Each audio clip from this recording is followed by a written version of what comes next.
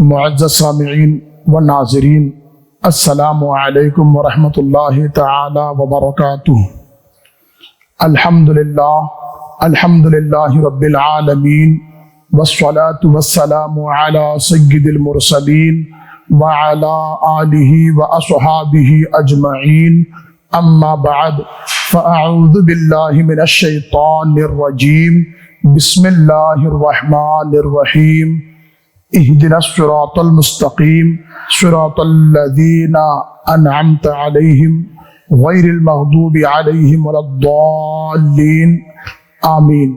صدق اللہ و مولانا العظیم، وصدق رسوله النبی الامین المبین المتین الکریم، ونحن علی ذلک لمن الشاہدین والشاکرین، والحمد للہ رب العالمین، آمین آمین آمین یا رب العالمین و الی غیر النہایہ۔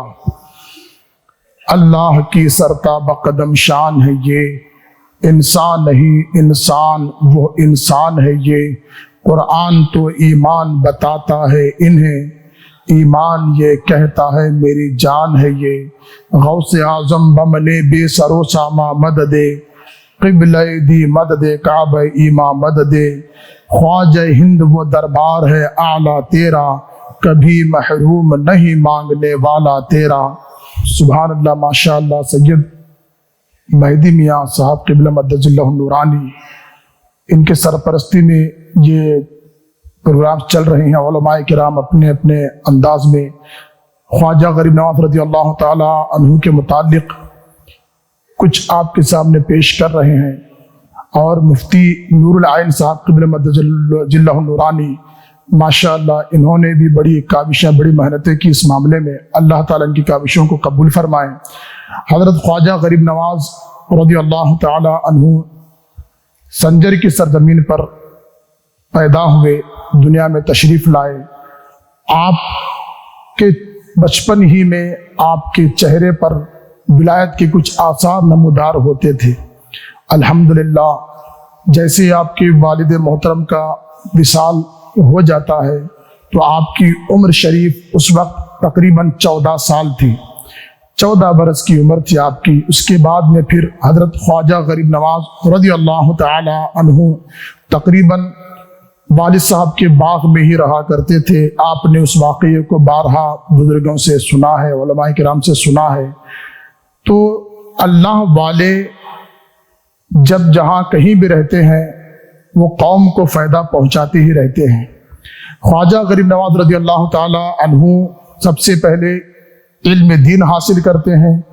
علم دین حاصل کرنے کے بعد پھر آپ نے اپنی والدہ محترمہ سے اجازت لے کر کے پھر آگے کی طرف آپ چونکہ آپ جانتے ہوں گے جب علم دین کوئی حاصل کر لیتا ہے تو وہ ایک علم دین ٹارچ ہوتا ہے، بیٹری ہوتی، چراغ ہوتا ہے جس سے راستہ نظر آتا ہے، اور جب راستہ نظر آتا ہے تو اس راستے پر چلانے والے کی ضرورت ہوتی ہے، اور وہ چلانے والے کون ہوتے ہیں؟ یا اللہ والے ہوتے ہیں، نظر والے ہوتے ہیں، کمال والے ہوتے ہیں، تقوی والے ہوتے ہیں، طہارت والے ہوتے ہیں۔ انہی ایک کمال در کمال والے بزرگ کا نام خواجہ عثمان ہارونی رحمۃ اللہ تعالیٰ علیہ کی ذات بابرکات ہے۔ انہوں نے حضرت خواجہ غریب نواز رضی اللہ تعالیٰ عنہ کو پروان چڑھایا روحانیت کی دنیا میں، اور حضرت خواجہ غریب نواز رضی اللہ تعالیٰ عنہ کو بہت کچھ عطا فرمایا، خرق خلافت بھی دی۔ اس کے بعد میں پھر خواجہ غریب نواز رضی اللہ تعالیٰ عنہ کو حرم شریف لے گئے، پھر اللہ کی بارگاہ میں پیش کیا۔ اس کے بعد میں آپ نے پوری بات آپ نے سماعت فرمائی ہوگی۔ حضرت خواجہ غریب نواز رضی اللہ تعالیٰ عنہ کے بارے میں اللہ کی بارگاہ میں حضرت خواجہ عثمان ہارونی رضی اللہ تعالیٰ عنہ نے کہا، مولا کریم یہ حسن جن کو غریب نواز یا تو معین الدین کہتے ہیں، میں نے مولا تیرے حوالے کر دیا۔ تو اللہ تبارک و تعالیٰ نے اسی وقت اللہ کی جانب سے آواز آئی، یعنی ایک آواز آئی، غیبی آواز، کہ ہم نے معین الدین کو قبول کر لیا، ہم نے حسن کو قبول کیا۔ پھر سرکار کی بارگاہ میں حاضری دی، نبی پاک علیہ الصلوۃ والسلام کی بارگاہ میں جیسے حاضری دی گئی تو آپ علیہ الصلوۃ والسلام کی بارگاہ میں اس طرح سے سلام پیش کیا، السلام علیکہ یا رسول اللہ صلی اللہ تعالیٰ علیہ وسلم، الصلاۃ والسلام علیک یا رسول اللہ، سلام پیش کرنے کے بعد پھر نبی پاک علیہ الصلاۃ والسلام کی جانب سے جواب آتا ہے وعلیک السلام یا قطب المشائخ یا وعلیک السلام یا معین الدین۔ تو لہٰذا اس کے بعد حضرت خواجہ غریب نواز رضی اللہ تعالیٰ عنہ کو ہند کی سرزمین کی ولایت عطا فرمائی گئی، یعنی حضرت خواجہ غریب نواز کو ہندوستان جانے کا حکم دیا گیا۔ اور ظاہر سی بات ہے، آپ نے محسوس کیا ہوگا، پڑھا ہوگا، سنا ہوگا کہ حضرت خواجہ غریب نواز رضی اللہ تعالیٰ عنہ کو خواجہ عثمان ہارونی علیہ الرحمہ نے تقریباً وہ سب کچھ دکھا دیا تھا جس کو ہر ایک ولی کو دیکھنا چاہیے ہوتا ہے، یعنی ساتوں زمین تحت الثری، ساتوں آسمان، اس کے اوپر کی تمام منزلیں۔ جب ساتوں زمین دیکھی جا چکی تھی اور ساتوں آسمان دیکھے جا چکے، جنت سب کچھ دیکھا جا چکا ہے، تو پھر ہندوستان کی زمین کیسے چھپ سکتی ہے؟ لہٰذا پھر بھی آپ کے بارے میں آتا ہے کہ آپ کو ہندوستان کی سرزمین دکھائی گئی، تو حضرت خواجہ غریب نواز ہندوستان تشریف لاتے ہیں۔ آنے سے پہلے، ہندوستان میں داخل ہونے سے پہلے آپ نے تقریباً حضرت داتا گنج بخش علیہ رحمت رضوان کے پاس رہ کر کے 40 دن چلا نکالا۔ اس کے بعد میں پھر حضرت خواجہ غریب نواز رضی اللہ تعالیٰ عنہ نے 40 دن کے بعد پھر وہاں سے آپ ہندوستان تشریف لاتے ہیں۔ ظاہر سی بات ہے، جب کوئی دین کی روشنی کو لے کر کے آگے بڑھتے ہیں، جب اللہ کی بارگاہ میں لوگوں کو بلاتے ہیں، اللہ تبارک و تعالیٰ کی جانب لوگوں کو توجہ دلاتے ہیں، حق کی جانب جب بلاتے ہیں، تو ان کے دشمن بھی بہت زیادہ ہوا کرتے ہیں، ان کو پریشان کرنے والوں کی بہت بڑی تعداد ہوتی ہے۔ حضرت خواجہ غریب نواز رضی اللہ تعالیٰ عنہ جہاں پر تشریف لائے تھے، وہاں پر تقریباً 150 راجہ رہا کرتے تھے، چھوٹے موٹے، اسی لیے اس کو راجستھان کہا جاتا تھا۔ اب وہاں پر حضرت خواجہ غریب نواز رضی اللہ تعالیٰ عنہ تشریف لائے تو ایک نوجوان اپنے آستین میں خنجر لے کر کے حاضر ہوا، اور اس کا ارادہ بڑا ہی ناپاک تھا، اور وہ یہ چاہتا تھا کہ کسی بھی طرح سے حضرت خواجہ غریب نواز کو قتل کیا جائے، ان کو نقصان پہنچایا جائے۔ جیسے وہ خنجر لے کر کے آ گیا، جس خواجہ نے زمین پر رہ کر عرش اعظم کا مشاہدہ کیا ہے، عرش اعظم کو دیکھ لیا ہے، ساتوں آسمانوں میں کیا کیا سب کچھ دیکھ لیا ہے، وہ سامنے بیٹھے ہوئے انسان کے بغل میں کیا ہے وہ کیسے نہیں جان سکتے ہیں؟ ظاہر سی بات ہے، وہ جان لیے تھے کہ اس کے بغل میں کیا رکھا ہوا ہے۔ حضرت خواجہ غریب نواز رضی اللہ تعالیٰ عنہ نے تقریباً اس انسان سے فرمایا، اس نوجوان سے کہا، جس کام کے لیے تم آئے ہو وہ کام کر گزرو، جس نیت کے ساتھ تم آئے ہو وہ کام پورا کر دو۔ اتنا کہنا تھا، اس نے بڑی ہی ادب اور تعظیم کرتے ہوئے اس خنجر کو اپنے ہاتھ سے نیچے پھینک دیا اور حضرت خواجہ غریب نواز کے قدموں میں گر گیا۔ لہٰذا حضرت خواجہ غریب نواز رضی اللہ عنہ کے قدموں میں جیسے گرا، اس کے بعد میں پھر اس نے یہ کہا کہ حضرت مجھے اپنا بنا لیجئے۔ حضرت خواجہ غریب نواز نے اس کو کلمہ پڑھا کر کے مسلمان بنا لیا۔ اس کو دیکھ کر کے، اس انسان کو دیکھ کر کے بہت سے لوگوں نے اسلام قبول کر لیا، مسلمان ہو گئے۔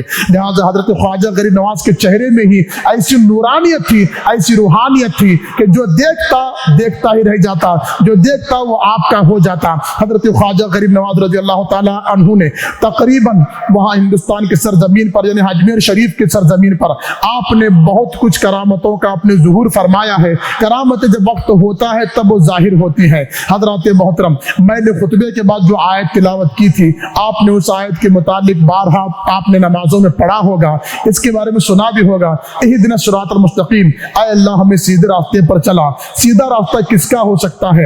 ایسے لوگوں کے راستے پر چلا مولا جن پر تیرا انعام اور اکرام نازل ہوا ہے، اور ایسے لوگوں کے راستے پر نہ چلا جن پر تیرا غضب نازل ہوا ہے۔ تو لہٰذا ایسے لوگوں کا راستہ جن پر انعام اور اکرام ہوا ہے وہ نبیین ہے، صدیقین ہے، اور شہداء ہے، اور صالحین ہے۔ نبیوں کی جماعت ہے، صدیقین کی جماعت ہے، شہداء کی جماعت ہے، اور صالحین کی جماعت ہے۔ لہٰذا حضرت خواجہ غریب نواز رضی اللہ تعالیٰ عنہ صالحین میں آتے ہیں، اور اولیاء کرام کی فہرست میں آپ کا نام ہندوستان کی سرزمین پر نمایاں اور بہت ہی اعلیٰ اور بہت ہی عرفہ، بہت بلند بالا نظر آتا ہے۔ حضرت خواجہ غریب نواز رضی اللہ تعالیٰ عنہ کی زندگی کا جب ہم بغور مطالعہ کرتے ہیں تو ہمیں بات پتہ چلتی ہے کہ آپ نے صبر، حلم، بردباری اور خندہ پیشانی سے لوگوں کے ساتھ پیش آنا، اخلاق حسنہ کے ساتھ لوگوں کے ساتھ پیش آنا، اور اچھے کردار کو سامنے رکھنا، یہ آپ کے اندر موجود تھا۔ کیوں نہ ہو، وہ خاندان ہی اچھا خاندان، وہ اعلیٰ خاندان، وہ کردار والا خاندان،